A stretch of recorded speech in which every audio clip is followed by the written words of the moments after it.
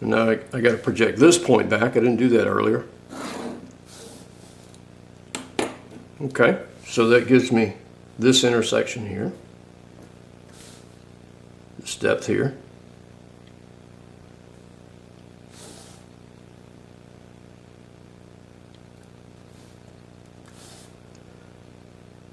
Okay, now I got this comes back across 2 squares, so let me calculate that.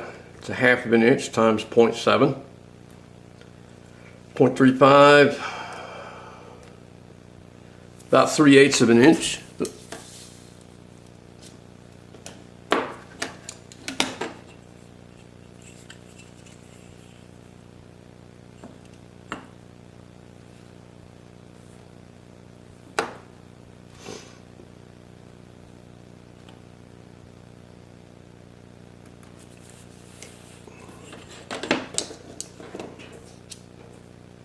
And that one I can project up, because I know it's going to intersect up here, and it's going to come across the bottom to there. So I'll go ahead and darken that one while I'm here.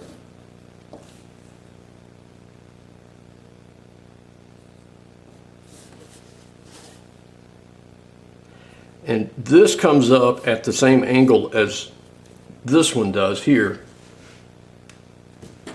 So here's a little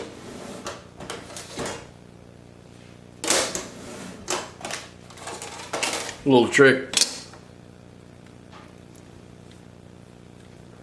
You can line up the first triangle, put a second one against it as a guide, and then slide it down.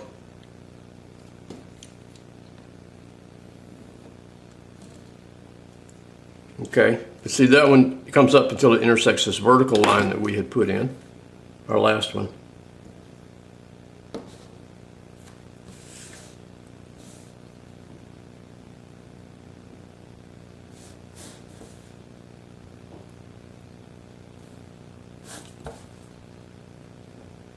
And then that would continue to there, which should have been an angled.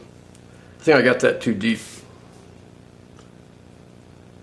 Oh, that was only 2 squares deep. That should have been 3/8 of an inch. I boo-booed, folks. Sorry. I counted the squares wrong. So this should have been 2 squares deep from the textbook, which would have been 3/8 of an inch.